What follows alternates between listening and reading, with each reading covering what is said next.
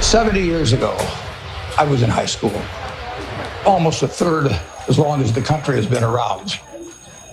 And when I was in high school, I really only had two things on my mind: girls and cars. and I wasn't doing very well with girls, so we'll talk about cars. But let's just imagine that when we finish, I'm going to let each one of you pick out the car of your choice.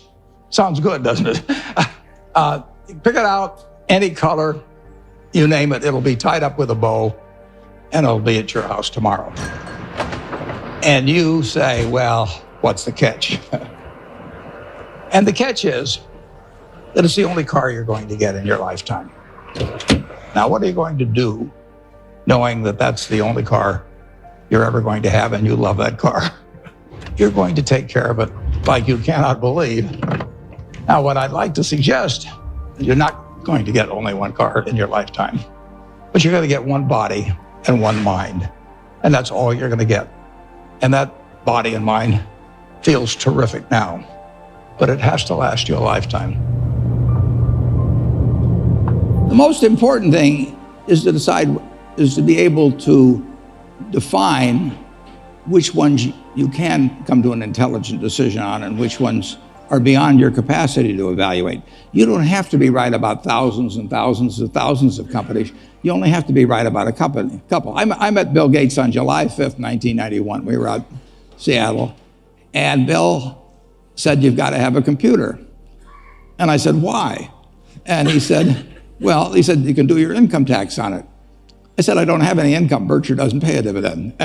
He said, "Well, you can keep track of your portfolio." And I said, "I only have one stock." I said, and he says, "It's going to change everything." And I said, "Well, will it change whether people chew gum?" And he said, "Well, probably not." And I said, "Well, will it change what kind of gum they chew?" And not. And I said, "Well, then I'll stick to chewing gum and you stick to computers, you know." I don't have to understand all kinds of business. There's all kinds of business I don't understand. But there's thousands of opportunities there. I did understand the Bank of America, you know, and I'll be able. I'm able to do that. I'm able to understand some given percentage. But Ted Williams wrote a book called The Science of Hitting, and in The Science of Hitting, he's got a diagram, shows him at the plate, and he's got the strike zone divided into 77 squares, each the size of a baseball. And he says, if I only swing at pitches in my sweet zone, which he shows there, and he has what his batting average would be, which is 400. If he had to swing at low outside pitches, but still in the strike zone, his average would be 230. He said the most important thing in hitting is waiting for the right pitch. Now, he was at a disadvantage because if the count was 0-2 or 1-2 or so on, even if that ball was down where he was only going to bat 230, he had to swing at it. In investing, there's no called strikes. People can throw Microsoft at me and, you know, you name it, any stock, General Motors, and I don't have to swing. And nobody's going to call me out on called strikes. I only get a strike called if I swing at a pitch and miss.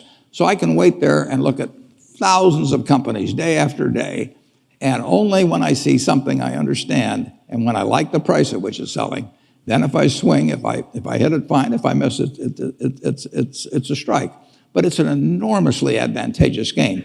And it's a terrible mistake to think you have to have an opinion on everything. You only have to have an opinion on a few things. In fact, I've told students, if when they got out of school, they got a punch card with 20 punches on it, and that's all the investment decisions they got to make in their entire life, they would get very rich because they would think very hard about each one. And you don't need 20 right decisions to get very rich. You know, 4 or 5 will probably do it over time. So I don't worry too much about the things I don't understand. If you understand some of these businesses that are coming along and can spot things on, if you can spot on Amazon, for example, I mean, it's a tremendous accomplishment what Jeff Bezos has done. And I tip my hat to him. He's a wonderful businessman. He's a good guy too. But could I have anticipated that he would be the success and 10 others wouldn't be? I'm not good enough to do that. But fortunately, I don't have to. You know, I don't have to form an opinion on Amazon. And I did form an opinion on the Bank of America, and I form an opinion on Coca-Cola. I mean, Coca-Cola's been around since 1886. There's 1.8 billion 8-ounce servings of Coca-Cola products sold every day. Now, if you take 1 penny and get 1 penny extra, that's $18 million a day. And 18 million times 365 is 7 billion, 3 less 730 billion, or $6,570,000,000. So annually, $6,570,000,000 from 1 penny. Do you think Coca-Cola is worth a penny more than, Joe's Cola? I think so. So, and I've got about 127 years of history that would indicate it. So those are the kind of decisions I like to make. And you may have an entirely different field of expertise than I would have, and probably much more up to date in terms of the kind of businesses that we're seeing evolve. And you can get very rich if you just understand a few of them and understand their future. What is it that you two share? What makes this friendship so satisfying for both of you? Well, I think we both certainly share a curiosity about the world, and we come from two different but related worlds. So I think we probably spent about 10 hours of this 1-hour visit that Bill was scheduled on July 5th, 1991. His mother had to talk him into it. And we weren't halfway. I mean, we'd gotten no place in terms of our eventual agenda just in that time. In fact, the governor of Washington came by, and Bill's dad had to come into the bedroom and pull us out of it. We didn't want. He was a little embarrassed. We were talking to him. Well, we have fun to start with. Right. I mean, that every relationship should have a lot of fun, and we find the world in just such an interesting place. So we like to compare notes on it. When we compare notes, we have a lot of fun doing it. Part of the time, as I remember the conversation, by the way, there's a remarkable documentary about Warren, which is on HBO. I think it premieres on January 30th, on Monday. Yeah. You should take time to take a look at it. Bill's involved in that, and you will see, in a sense, it's called, I think, Becoming Warren Buffett. Yeah, that's what it's called. Because took me 86 years, but I got it. You're doing well on it, though, aren't you? Well, so far, yeah. The best is yet to come. One of the things that happened tonight, Bill, was that I guess your dad at the dinner said, what's been the most important quality for you? And you found out that you and Warren had the same word. Yeah, I think curiosity, which Warren mentioned, is an amazing thing where you try and predict what's going to happen, and then when it doesn't, you sort of think, well, that drug didn't get invented, that stock didn't go up, that approach wasn't popular. What is it about my model of the world that's wrong? Who could I talk to? What could I read? And the things that have happened since 1991, mostly good things, have been amazing and just, so much fun to talk about. We read the news and we think, God, what did Warren think about that? You both are readers. You read all the time, all day, Warren. Bill, you're a reader. You also do a lot of sort of courses online as well. I mean, what does that have done? What has that done for your life, the sense of constantly learning? Well, go ahead, Bill. It's an incredible time to be a learner. I remember when I was young, I had the World Book, which is one of Warren's products, and it was very good. But I always felt like, God, I want to get into this in more depth. I want to understand it better. Today, the videos that are online and the courses that you can buy with the very best professors, it's phenomenal. Take a subject like weather or climate change, or what's going on in economics, what's known, what's not known. Now with the foundation, a lot of what I need to learn is about biology, making vaccines, and what's going on with these various diseases. This is a phenomenal time to be a curious person. The information that's out there, I have my biggest problem is that I stay up too late because I'm reading and then I'm a little bit tired the next day. The other thing that you share other than reading is optimism. You believe in America. Absolutely. You have said to me more than once, I would give up a year of my life just to know what the next 50 is going to be like. Yeah, even the next 4 now. I mean, why'd you pick 4? I don't know, just a number that came to me. It is just fascinating what's happened just in my lifetime, in the 86 years. I should mention one thing about reading. It was at the library here at Columbia, which I spent probably more time than any other student. I lived there practically. But I pulled the book out there, happened to be Who's an American. It told me something about my professor, Benjamin Graham. And then I looked up and I went to the library and I said, I want to learn more about this because I learned this over here. That changed my whole life. We own Geico now because of that librarian directing me to some other book and then following through on that. It's the chance. I read about 1/5 the pace that Bill does, but I still spend 5 or 6 hours a day reading. I mean, you can learn so much. I particularly love biography. Just, to be able to live the lives of these people that have been so extraordinary, the lessons and the discouragements they face, just everything about it. So you can't get enough of reading. What surprises you most about Bill? That's an interesting question. I guess what really surprised me is initially we just found so many things to connect on. He did try to sell me a computer. That's probably the only sale he didn't make, although the computer changed my life for the better in a big way subsequently. But, he just had the same curiosity. Yeah. And the other word you have used is focus. Well, the focus is no question about it. I mean, both of us got to where we are in a big way because of focus. Bill, what surprises you about Warren? I was so amazed that he comes to investing with this broad model of the world.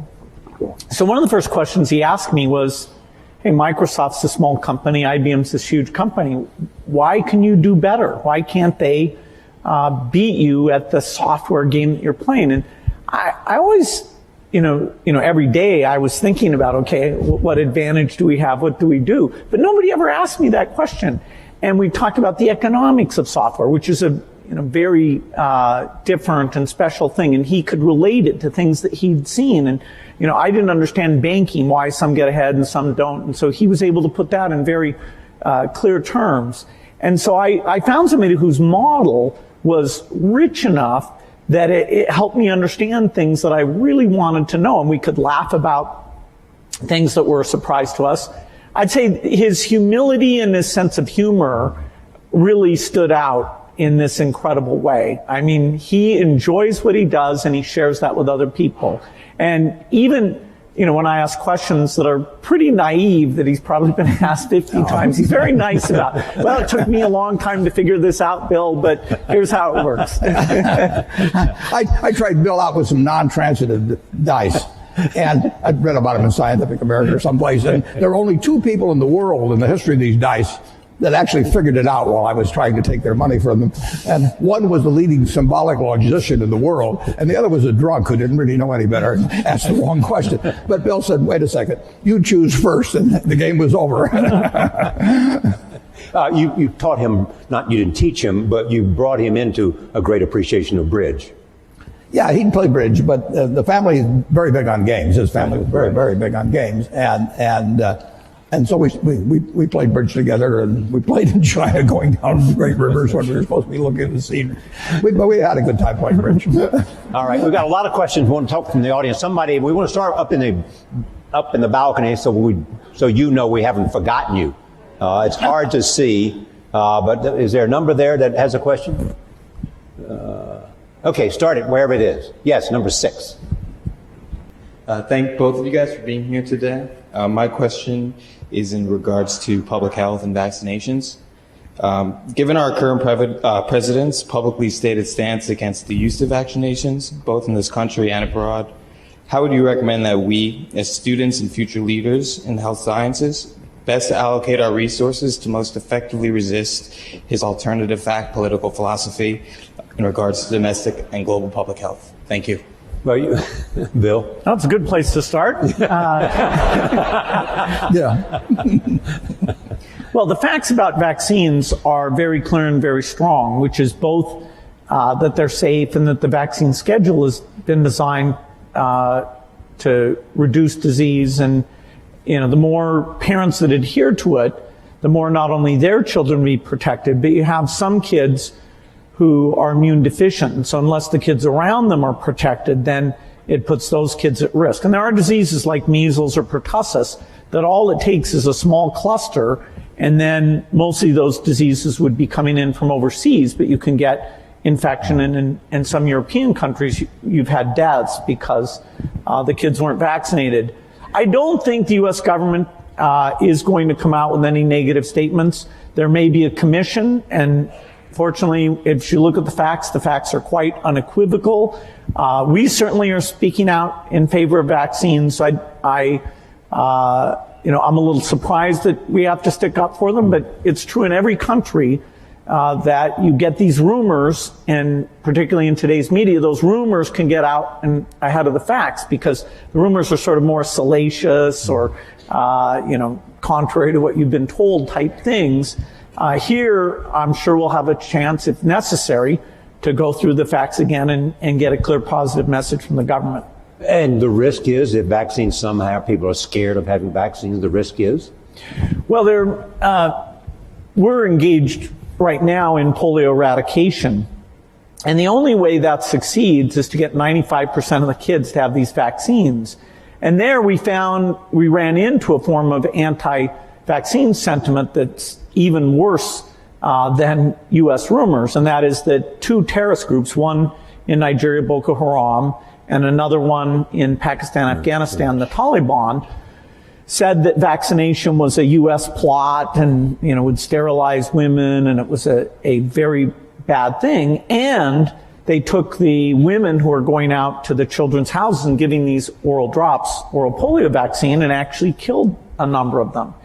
And so those negative rumors, the only reason we still have polio today, that we're not done, is because of that part of Nigeria that Boko Haram has caused unrest, and the border areas, including Baluchistan in Pakistan, where there have been these anti-vaccine sentiments. So, our risk is simply those negative things. So it's not just in rich countries that we run into this. It absolutely causes deaths if parents don't know. Bring your kids in and get them fully vaccinated. And your drive to eradicate polio is to show that you can do it. Well, it started in 1988 when it already had been eradicated in the Americas. So these were the U.S. in the 60s, the rest of the Americas in the 70s, showed that it could be done. And so in 1988, well before our foundation was involved, Rotary and a number of other organizations said, let's get rid of this. And it's been harder than was expected just because of these sentiments. Here we are in 2017, last year, less than 50 cases. So we are very, very close. In fact, there's so few cases now. The way that we track where the virus is we go and look at sewage samples, and we see, because a lot of kids get infected and pass it along without getting paralyzed. And so it's only through these sewage samples we know that there's still about 4 places in Pakistan and Afghanistan and 1 place in Nigeria that we haven't gotten there yet. All right, let's see. Next question. I got to see a card. Number 1. Thank you both so much for being here. My question, again, is a little bit on the political spectrum. I was wondering what you're both most hopeful about in this new political environment we have, and also what you're both most worried about. You want to take hope or worried, Martin? Well, I'm confident that America will move ahead. It's been, from the time I was born until now, the real GDP per capita of this country has gone up 6 for 1. I mean, nobody ever dreamt that would be possible. And when you look at what's happened in this country over 240 years, it's an absolute miracle. When I went to Columbia Business School in September 1950, 1 woman in the class. I mean, this country moves forward, and you can't stop it. So I'm enormously optimistic. I say the luckiest person born in the history of the world is the baby being born today in this country. And we will go and, everybody, half the country always is going to be somewhat unhappy, or close to half, about the last election. But I grew up in a household in the late 1930s. My dad was very Republican.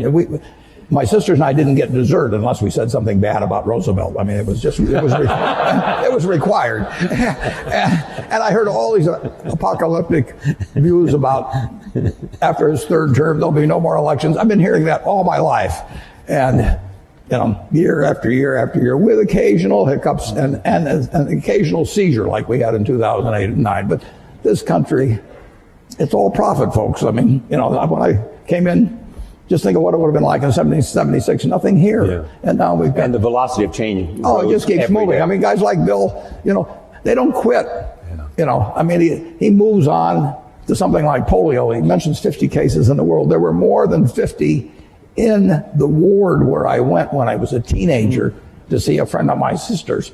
And they were all in these rocking machines and everything. They were destined to a terrible, terrible life. And it was just one ward in Omaha. And now that's the yearly total, thanks initially to, as well as currently, to Rotary and some, but people kept working on it. This world moves forward, and it's been doing, I bought my first stock when I was 11 in April of 1942. The Dow was 100. If you haven't looked, it's 20,000. Something good must have happened between. And it's going to keep happening, folks. Bill, I know you share the optimism. What about concerns? Well, the optimism is partly that I think American innovation is strong. Support for research is by and large bipartisan. And so whether it's health breakthroughs or even energy breakthroughs, I think, every year that goes by, we're going to have more of those things.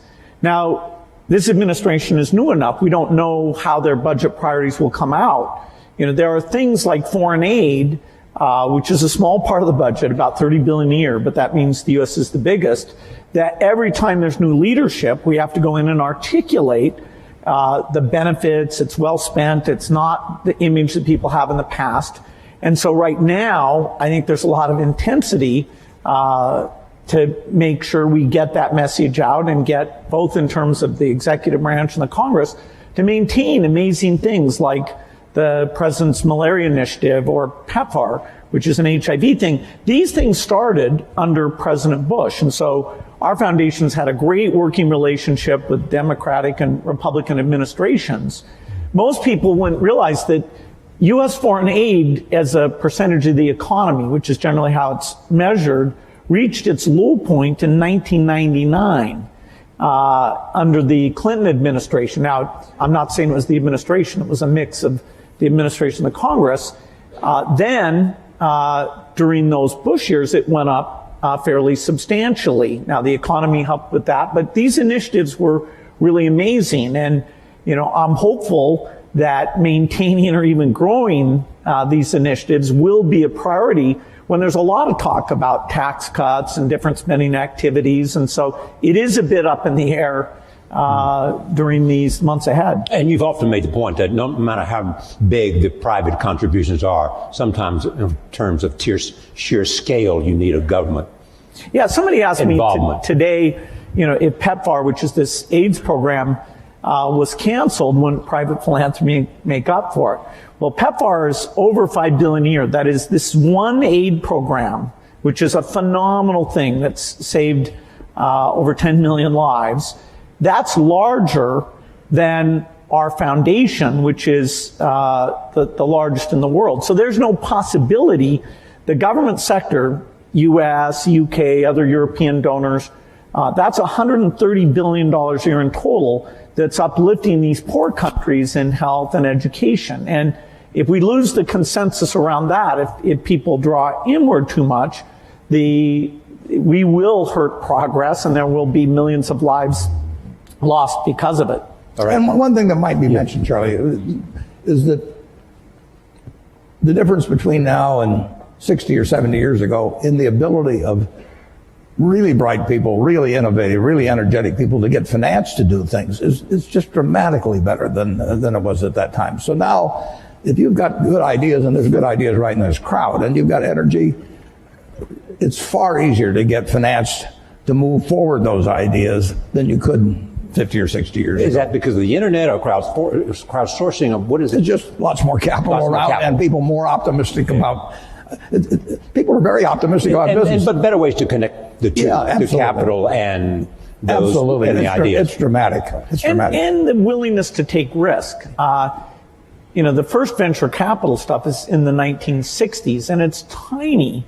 Microsoft, when we were taking outside investment, we took at a valuation of $20 million, we took $1 million for 5% of the company. I'll do it retroactively, folks. And You had your chance. You had your chance. we never spent the money. That is, our business was profitable enough. We really didn't need to do that, but we wanted people on our board to give us advice. And there's an episode of Silicon Valley where all these venture capitalists are courting this guy. And that really reminded me of what it was like.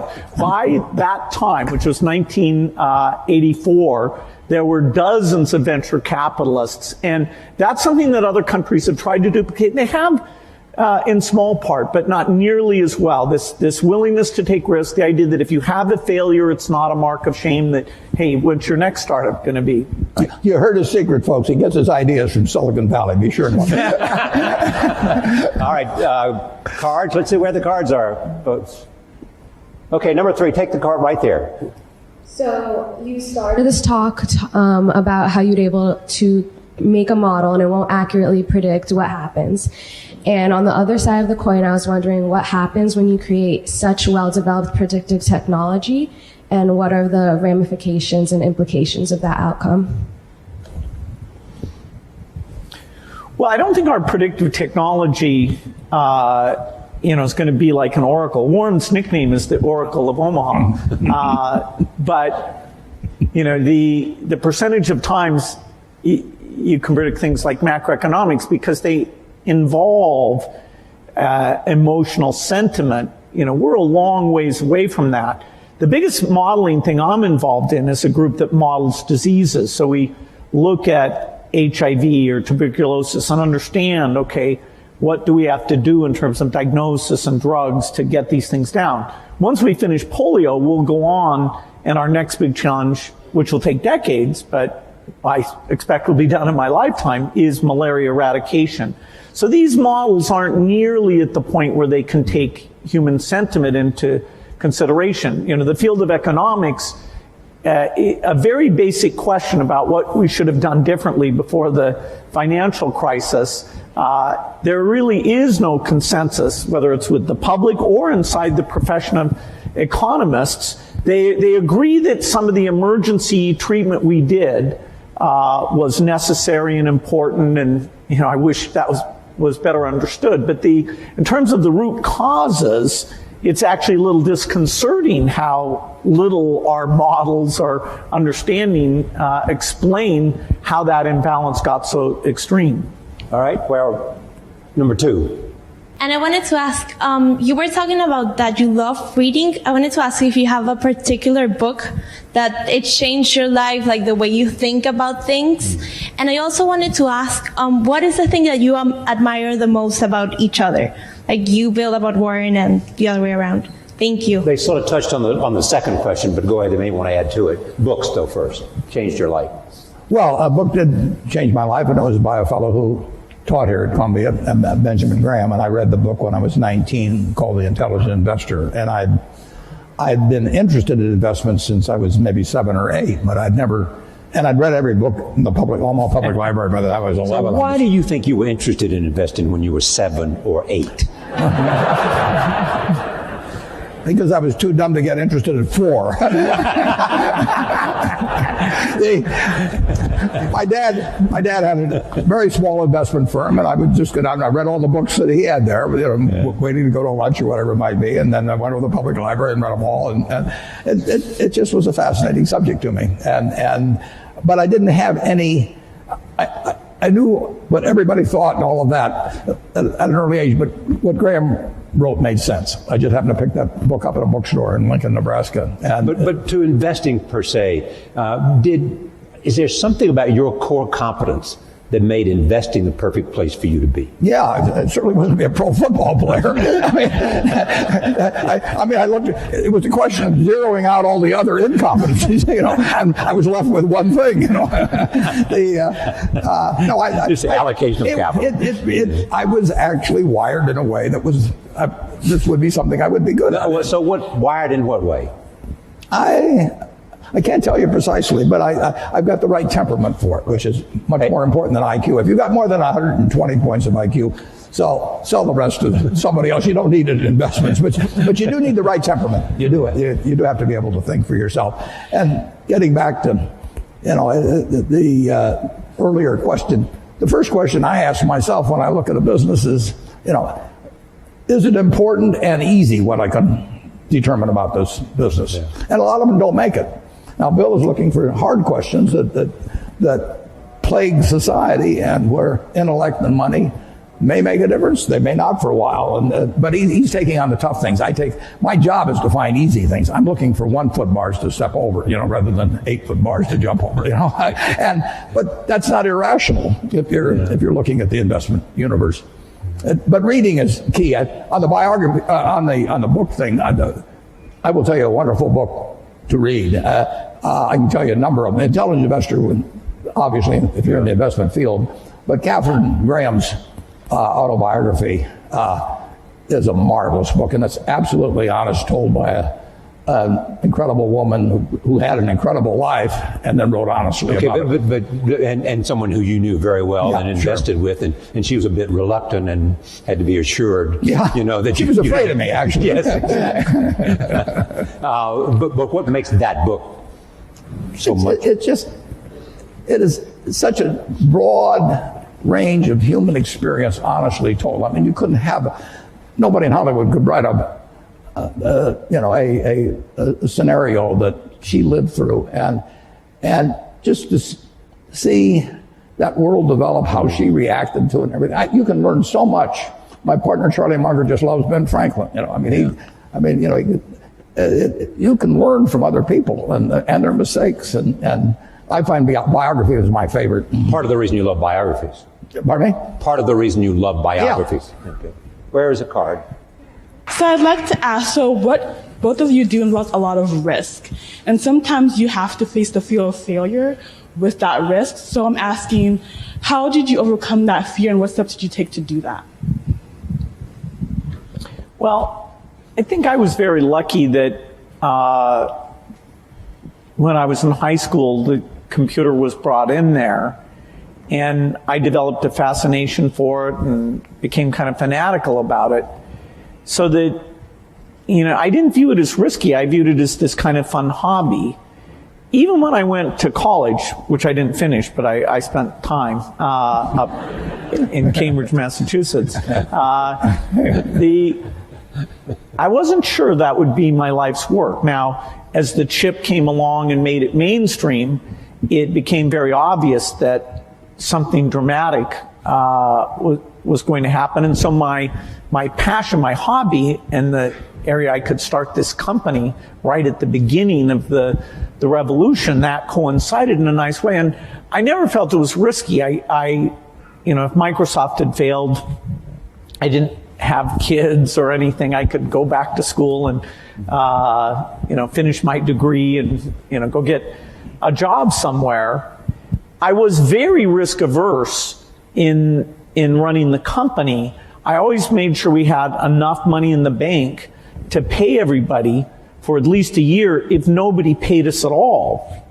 Because this idea, I was hiring people who had kids and families, and they were moving to work there. And here I was, 19, 20 years old, and sort of telling these people I'd be paying their salaries. So I was actually very conservative on a financial point of view.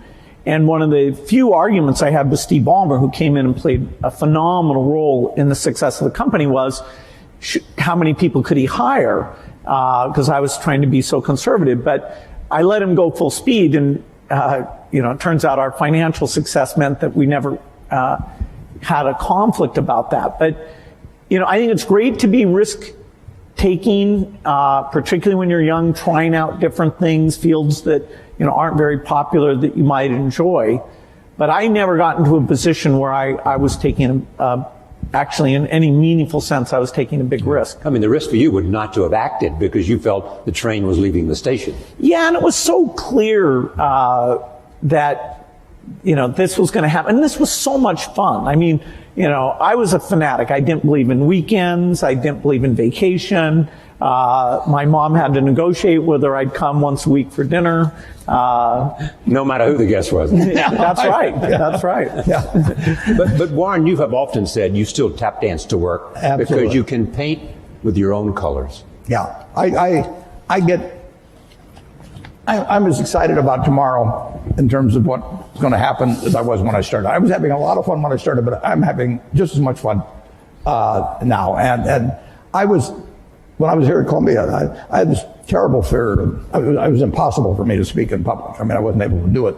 I actually read an ad in the New York Times. I went down to Midtown, signed up for a course, gave the guy a check, and then stopped payment on the check. I mean, I just petrified. But finally, and actually, after you get through hearing me today, maybe you'll wish I'd stayed afraid of public speaking, but that's another question. When I got out to Omaha, I finally decided I just had to do it, so I gave a guy $100 in cash, and once I parted with $100 in cash, I'd jump off the Grand Canyon to get my money's worth. So, but it changed my life. But I would say this: don't fear failure. Almost everything that's turned out, I got turned down by Harvard. The best thing ever happened, among other some good things that happened that didn't seem good at the time. Don't worry about it.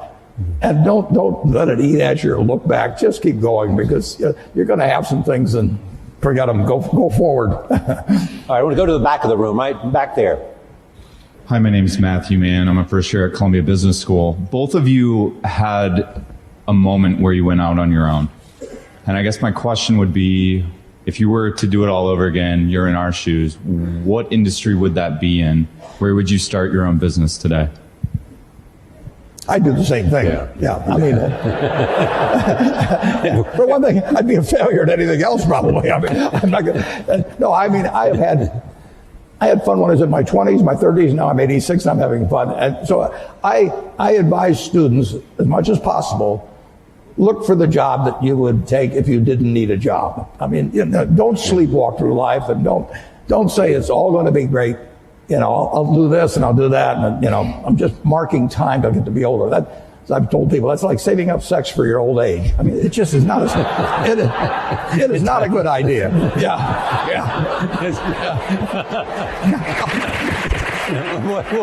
What are you urging them to do? I'll explain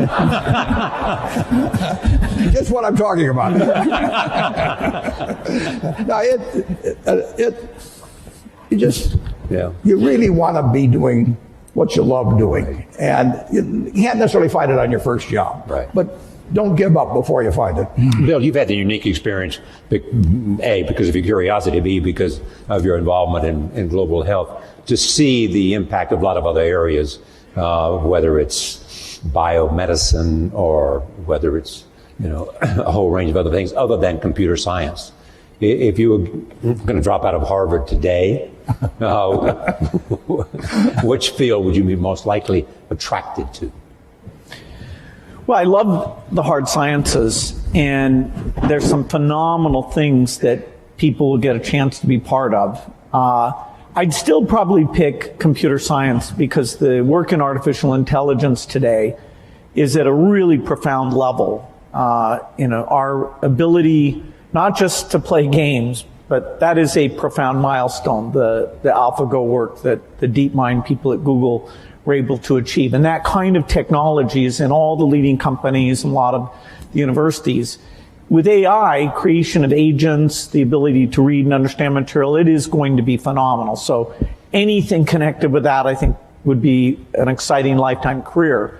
I also think in energy, we have the imperative to have energy that's reliable, cheap, and clean.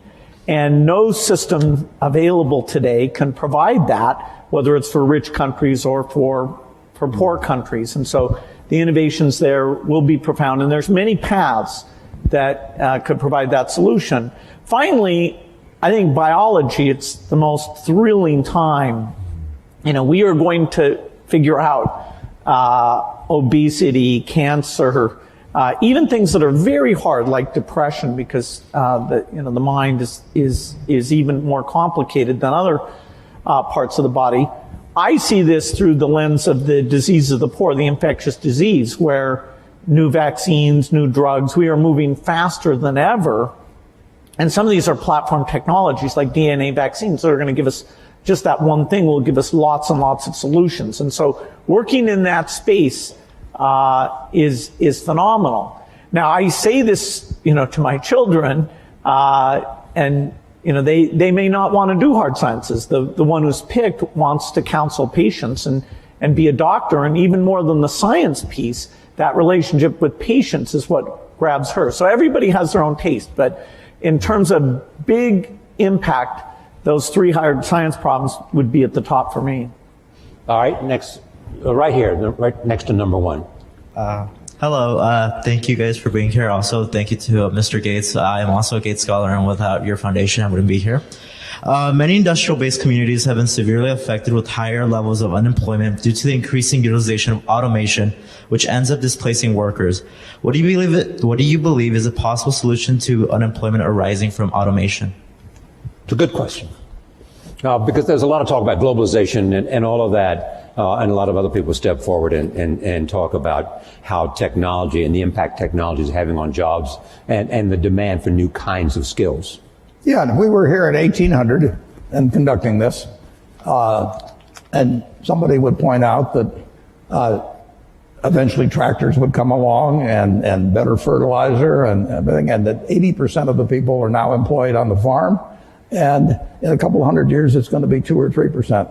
And what are we going to do with all these people? Well, the answer is we release them. Keynes wrote something about it in something called Essays on Persuasion. He wrote in 1930 about what a more prosperous society would become like. And he actually postulated that in 100 years, and we're now 87 years away from that there would be 4 to 8 times as much output per capita. And he's remarkable, but he didn't quite get how it might get distributed. But the idea of more output per capita, which is what the progress is made on productivity, that should be harmful to society is crazy. I mean, the distribution may be a problem, but if one person could push a button and turn out everything we turn out now, is that good for the world or bad for the world? You'd have to figure out how to distribute it, but you'd free up all kinds of possibilities for everything else. So everything should be devoted initially to getting greater productivity, but people who fall by the wayside through no fault of their own, as the goose lays more golden eggs, should still get a chance to participate in that prosperity. And that's where government comes in. Right. Bill, anything to add to that? Yeah. A problem of excess is a different problem than a problem of shortage. If all the tractors and computers stopped working, then we would have problems of shortage there. And we just wouldn't have enough people to make the output. A problem of excess really forces us to look at the individuals affected and take those extra resources and make sure they're directed to them in terms of re-education and incomes policies, and the need for labor in terms of smaller class size, helping handicapped kids, reaching out to the elderly. The demand for labor is not at zero. If you ever get to that point, fine, you can shorten the work week, and you'll be just fine with that. And so this idea of taking an individual who during their generation is affected, I think there's a lot to be learned about that, a lot of thinking we have to do. But the macro picture that it enables is an opportunity. Number 2. Hi, my name is Sam. I go to Columbia College, and my question is, what steps do you think need to be taken in order to improve public education, particularly in economically depressed areas of the United States? Bill's the educational. Yeah. I think this is a super important issue because the dropout rates, although they've gone down a little bit, they're still very high and very based on income. And even kids who graduate, a lot of them don't enter college, or they do enter college and they end up in these remedial courses for their reading or math capabilities. And those people have an extremely high dropout rate from higher education.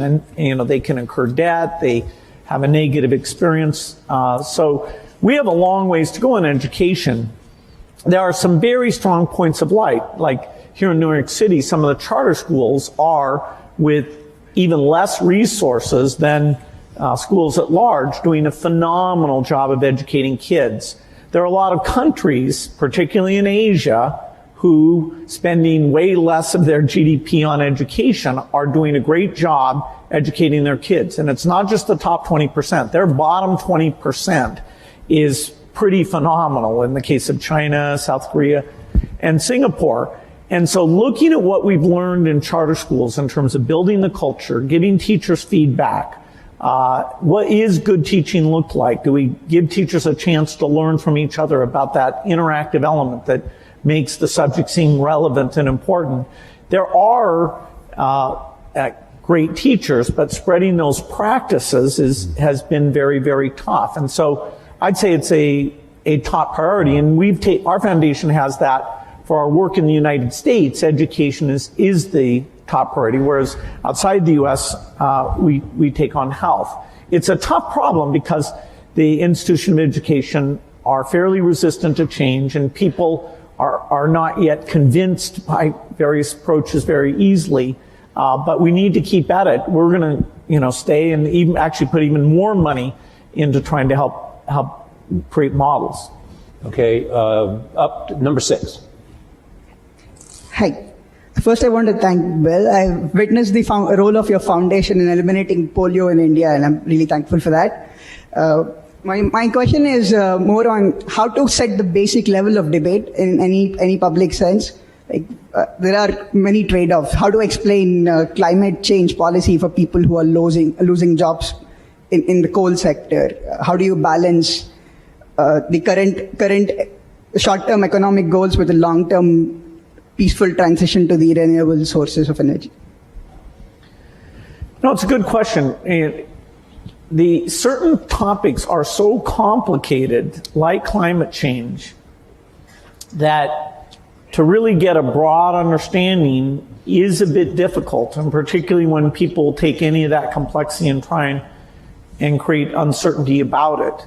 For example, India's kind of paradigmatic in that they want to electrify for all sorts of good reasons having to do with health and reading at night and quality of life. And the question of should they delay electrification for climate issues is going to be very difficult. The ideal is to innovate in such a way that they can go full speed ahead on electrification without emitting the CO2 that the natural path of them today, which is coal, is the way to go. And so we have a lot of cost reduction to do because rich countries may be able to buy premium electricity. When you get to middle income or lower, that's just not going to happen. And democracy has us allocate these resources in terms of investing in the future and things like research and investing in the present. And when you have a problem like the financial crisis, then you do get a little bit of more of short-term thinking. And I'm hopeful, I think it's better for the world and for the country if we can get back into a little bit more of a focus on the long term. We have some questions from Facebook. Warren, a central tenet of your investing is to invest for the long term. And this comes from Brian White, who says, how might Bill and Warren convince investors to think beyond short-term returns to encourage world-changing innovation? Well, I've spent my life trying to convince people of investing for the long term. And listen, if I knew how to double my money tomorrow, I'd probably invest for the short term too. It's much easier to invest for the long term if you're just talking pure investment, because you know what's going to, in my view, be very high probability what's going to happen 10 and 20 years from now in a major way. And I don't have the faintest idea what's going to happen tomorrow or next week. But if you're talking about societal, it's very tough because politicians face elections either every 2 years or 6 years, and the way particularly congressional districts have been organized, primaries have become more and more important. And so it's very hard to have politicians think of something that's wonderful for the country for 20 years, but will cost them the election 2 years from now. And that's a basic problem in a democracy, and it gets to be more of a problem as we've arranged congressional districts so the primary dominates, because a very limited number of people turn out, and their motive, they tend to be on the extremes of both parties. So it's not easy. Whether you're going to make an investment in a company or whether you're going to buy the company, what are the factors that you're looking for? What test? I'm looking for durable competitive advantage. I'm looking for something that has a moat around it for a considerable period of time. And I'm looking for an honest and able management to run it, because I don't know how to run it myself. And I'm looking for a purchase price that's not excessive. But it's better to pay a little too much for something that's a very good business than it is to buy some bargain, but really a company without much of a future. And I don't know. I don't have a ability to predict with a high probability of success the future of most companies. So I'm looking for the exception. But the nice thing is, if there's thousands of companies out there, I really only have to be right on a couple. I mean, it's exactly the opposite of baseball, where you have called strikes, and the pitcher's trying to throw it to you at the worst part of the strike zone for you. And if he succeeds in getting into that corner 3 times and you don't swing, you're out. And investing, it's a no called strike thing. So I can sit there all day and somebody can throw me one company after another, and finally I get one in my sweet spot. Both of you have chosen both wives and partners well. Charlie Munger added what to you? Oh, Charlie Munger changed my views. He refined them in a huge way in terms of looking for the quality companies and looking for the ability to make an investment that would work out well for 5 or 10 or 20 years, as opposed to something there might be one, I call it cigar butt investing, where there was one puff left in the cigar, but the cigar was free, so you picked up these disgusting looking things and got one puff out of them and went on to another one. And that worked okay, but it was small scale, and it really doesn't build something satisfying. So he kept forcing me in the direction of saying, is this really a business we want to own for forever? And do we want to get associated? It's like a marriage. I mean, do you want to get associated with this person forever? And it's a great way to look at things. Bill, your wife, Melinda, has added what? Well, she's 4 children. 3 children. How much time do I have? Because she is your partner, and she was there in the philanthropy from day one. At Microsoft, I had 2 partners who were amazing. I had Paul Allen in the early days, and then Steve Ballmer as the company got bigger. And we would not have achieved anything what we did without those partnerships. Because, when things are tough, when you're making big decisions, having somebody who's really in there with you, committed, for me, I couldn't have done without that. For the foundation, Melinda's an amazing partner.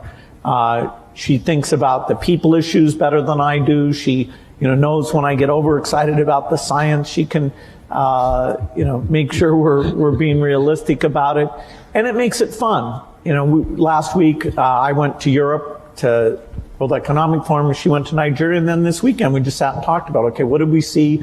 What does that say about the work we should do? And so, I don't think I'd enjoy it without a partner, and particularly someone amazing like her. Mm-hmm. It's more fun with a partner. I mean, Charlie and I have had more fun working together than either one of us would have had individually, and we have never had an argument after working together for 58 years. You talk every day? Not anymore, because we know what the other guy's going to say. We just run. We talked it all out 50 years ago. So if you see Charlie and he says, "Why haven't you called me?" you'd say, "Well, I knew what you'd say anyway." Absolutely. No, there's no question about it. We still have a lot of fun together. All right, right there. Well, let's see, number 2. Hi, my name is Molly Zanger. I'm a student at Barnard College. I guess what I'm basically wondering is what your main considerations are when you're choosing where to donate and what causes to donate to, and what the main challenges are that are associated with that. Yeah, well, I wholesaled it because I made a choice that I wanted to have. Well, originally, my first wife and I planned that I would pile it up and she would unpile it, but and That was plan number one, but she died in 2004, and then I had the problem of figuring out the best way to distribute what would turn out to be a lot of money.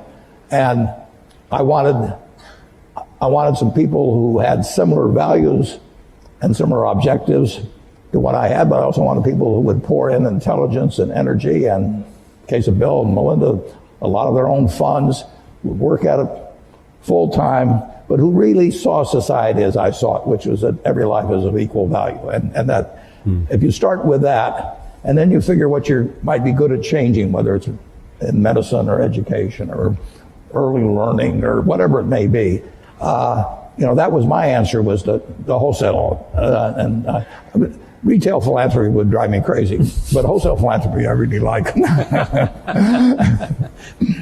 Bill? Yeah, for our work at the foundation, the belief in innovation, which both Melinda and I saw at Microsoft, our question was, okay, how do we bring that kind of innovation to help the world's poorest? And we learned that coming up with new vaccines, that although you can pay a lot to have them created, the marginal cost comes down to less than $1. So getting a new vaccine for the main cause of diarrhea or pneumonia, that can be a phenomenal thing. So you're looking for these super nonlinear dramatic things, because as a, per poor person or compared to government funding, philanthropy is actually quite small. And yet funding vaccine projects, the government isn't as good as that, as a philanthropist who assembles a team and over time is learning how to do that very well. And we had models. Rockefeller Foundation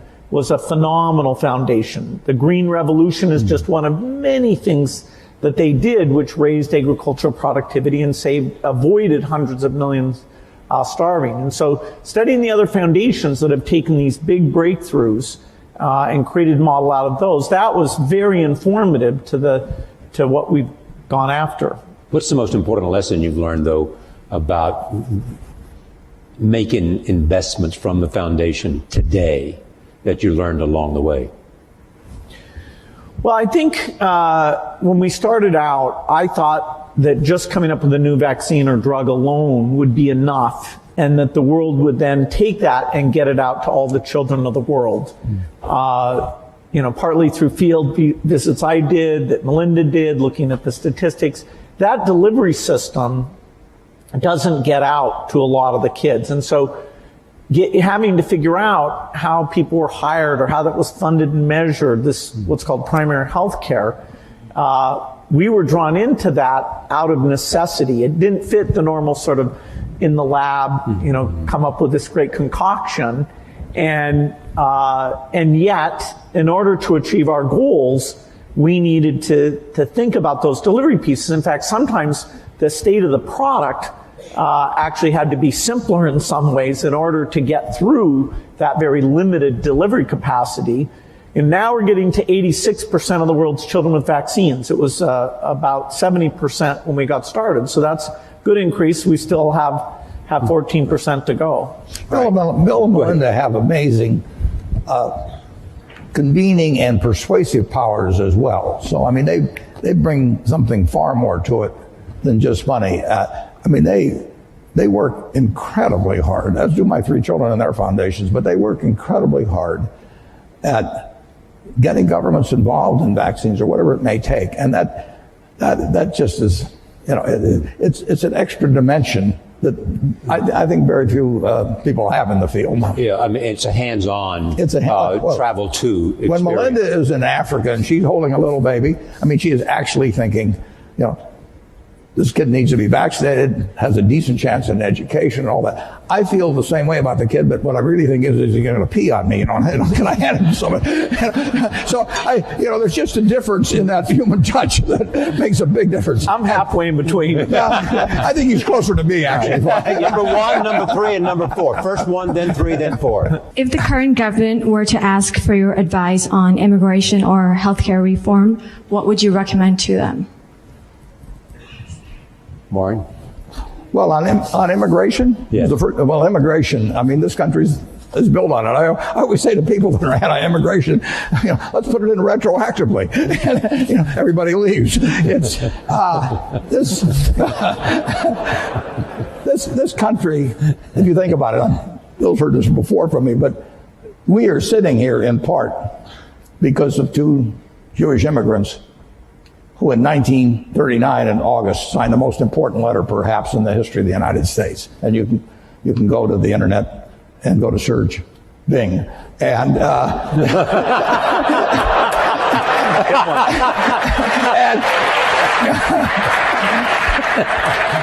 and just type in Einstein, Roosevelt, 1939. Leo Szilard and Albert Einstein, two immigrants, came here.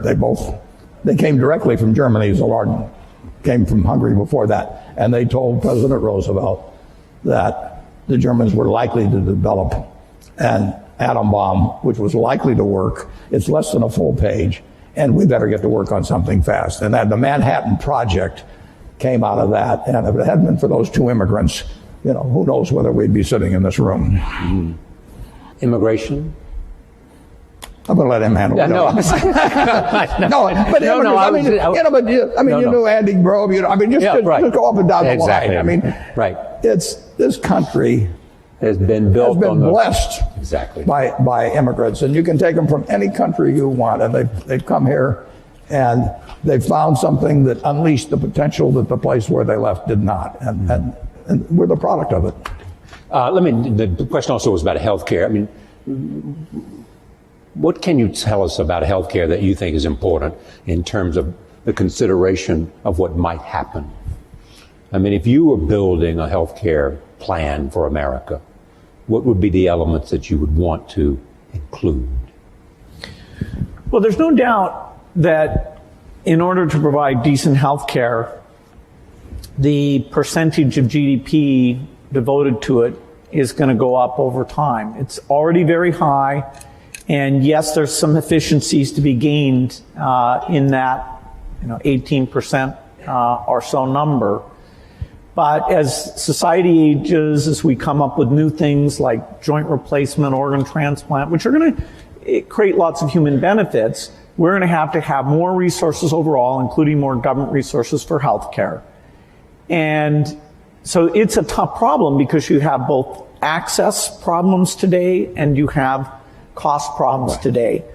And whenever I look at a problem, I have this one simple lens, which is innovation should help here. But in this case, innovation, while it will provide breakthrough drugs that will save costs, like if you can cure Alzheimer's, which we certainly haven't done yet, that will save on huge long-term care costs. So we have these chronic diseases that we've made less progress on than some of the others. And the market mechanism to get pharma to go after those things and the basic research US funds, I am quite optimistic that we'll have some advances, but they'll also give us some very expensive things that will mean we're spending more money against it. And I do hope, that at some point that we really are calling on the best minds to look at the incentives for the breakthroughs, the most efficient system we have here. I think there's a lot of unhappiness in the country now stems from the fact that the healthcare system isn't delivering, and yet people are saying less government, more government. Right. I don't think they're being given the depth of education about why it's so tough that over time will help them vote for the right solution. The depth of explanation. Let me go. I'll go to Facebook in just a moment. But where was I? I promised 3, 4, and 6. Hi, my name is Josh Schaefer, and I'm a dental resident at Columbia. My question is, for future doctors and dentists of America, what advice do you have in giving about having a proper balance of providing that healthcare, but also mastering the concepts of business and economics? Well, Atul Gawande is, an incredible author. Exactly. He, in the current issue of The New Yorker, has the latest in wonderful articles about the healthcare system. And he's talking about the people who do sort of heroic surgery like himself are paid twice as much as the people who are on an ongoing basis in a great incremental way learning about the patient and seeing what works for them. And it's a calling cry to say, hey, that part of the system needs to be run better, needs more resources. And, so I think it's brilliant that he's saying that, and it also corresponds to what is working in some other countries. Okay. 6. Hello, my name is Donna. I'm from Columbia College. So you both have invested a great deal of money abroad, but there is a prevailing belief by some that there are pressing issues in America. There are poor people here, there are sick people here, and we should deal with that first before even tackling anything abroad. So what are your thoughts on that? Well, my own personal thought is that every life is of equal value. And in many ways, if you have a limited number of dollars, you actually can do more for more people outside the United States. We do have greater resources here for our 320 million people than exists around the world for 7+ billion people.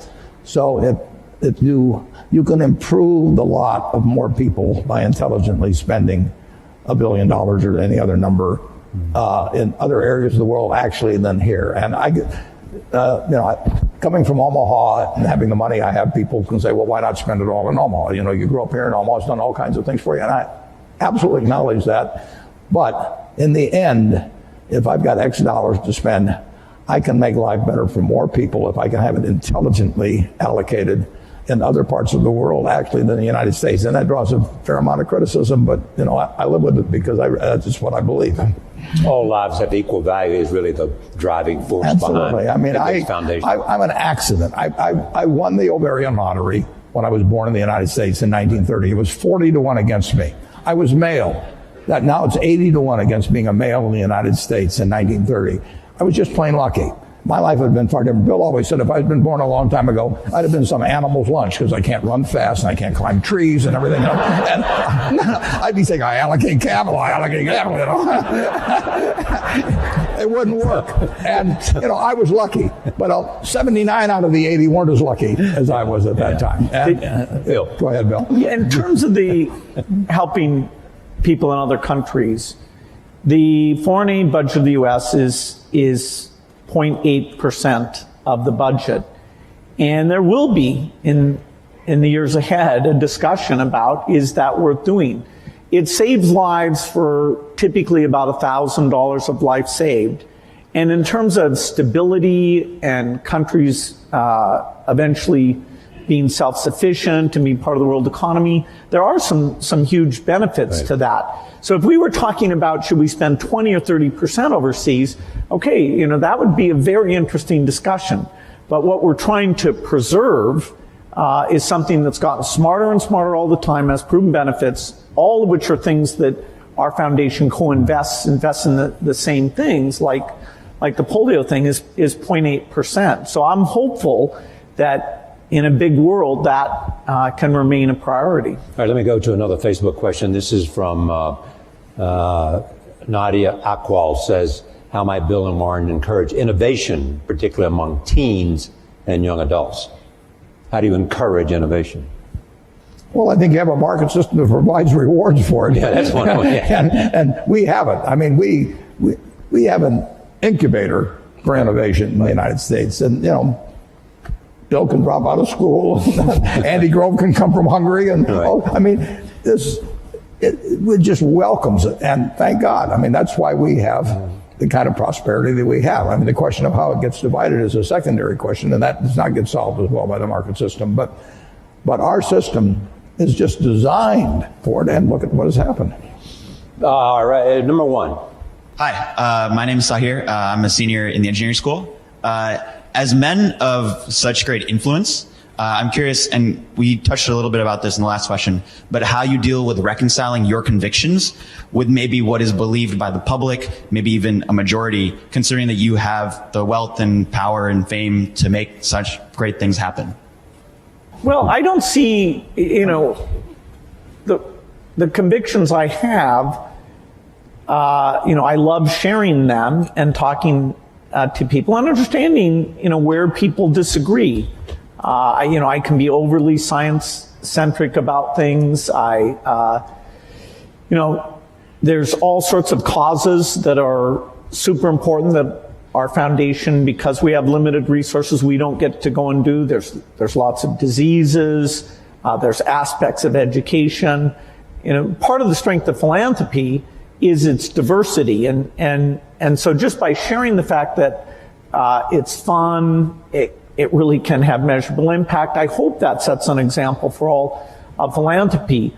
I don't happen to believe that, my voice should be that much louder than other people. And so, some of these big political donations, at least, I think Warren as well, we've chosen not to have that be a huge way that, we're spending our money. That's a personal choice. The money's being saved not for the megaphone, but for the work of the foundation. Yeah. We get a podium of a certain sort, but people do not. With a partner like Charlie Munger, you don't have to worry about my views being accepted automatically. You point out the shortcomings. And the influence of money in politics, I really think, is bad news for this country. I think Citizens United was a terrible decision. And the idea that somebody can pour millions and millions of dollars into a campaign, and in certain cases it not even be identified, I think really kind of goes counter to the kind of America I believe in. The two of you created, along with Melinda and others, created the Giving Pledge. How's that going? Going terrific, Bill can tell you. It really is going terrific. Yeah, philanthropy is kind of a lonely tell them thing. what it is exactly. Yeah, okay, this is, we love philanthropy of all types. And part of the strength of American philanthropy is actually people with very little who are incredibly generous. Here, though, we said for the people who are super lucky, have over $1 billion, we want a group who are working together, who are committed to give the majority of their wealth away, to learn from each other. What's worked, what hasn't worked, how do you involve your kids, how do you hire staff, and they'll find areas they're working on together and cooperate, but we're not pulling any money.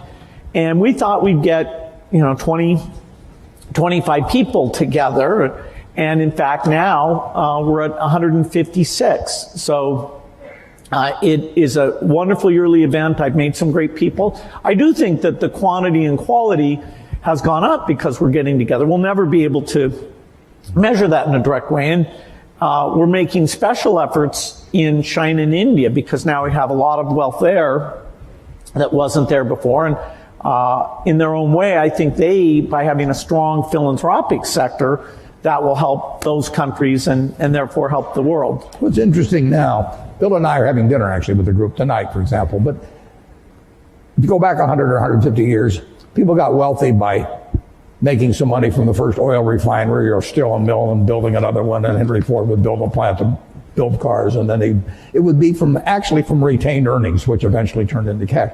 Now you can get rich very young just by having an idea, and you can get that idea monetized and capitalized in a way that you cannot believe. So we are particularly interested in getting younger people interested in philanthropy because there are huge fortunes by people that are now in their 20s and 30s. And just think of what the potential for that group. And so this thing has worked out way, way better, including getting younger people to join us. Number 6. Hello, my name is Christina Nunez. I'm a fellow dental student to Josh. Thank you for speaking with us today. I'm curious about your insight related to relationships. I'm personally, given a desire to honor myself and respect other individuals, have found it difficult throughout life to discern which relationships to really foster and invest in and accept challenges from, and which to kind of forego and abandon because they're more harmful than helpful. So are there any major life lessons that you two have learned through your personal experiences? Well, it's a very important question, and the more you will move in the direction of the people that you associate with. So it's important to associate with people that are better than yourself, and actually the most important decision many of you make, not all of you, will be the spouse you choose. Right. And you want to associate with people who are the kind of person you'd like to be. You'll move in that direction, and the most important person by far in that respect is your spouse. I can't overemphasize how important that is, and you're right. the friends you have, they will form you as you go through life, and make some good friends, keep them for the rest of your life, but have them be people that you admire as well as like. Bill, you'd add to that? Yeah, some friends do bring out the best in you. And so it's good to invest in those friendships. And, some friends challenge you, about things you're doing. And that level of intimacy is great. I wouldn't say that I was so obsessed with work. I didn't invest, I'd say, in my 20s and 30s as much as I should have. It's really through Melinda and seeing, other people, I realized, okay, that is, it's really worth the investment to have those people as, you're always there to help them and vice versa.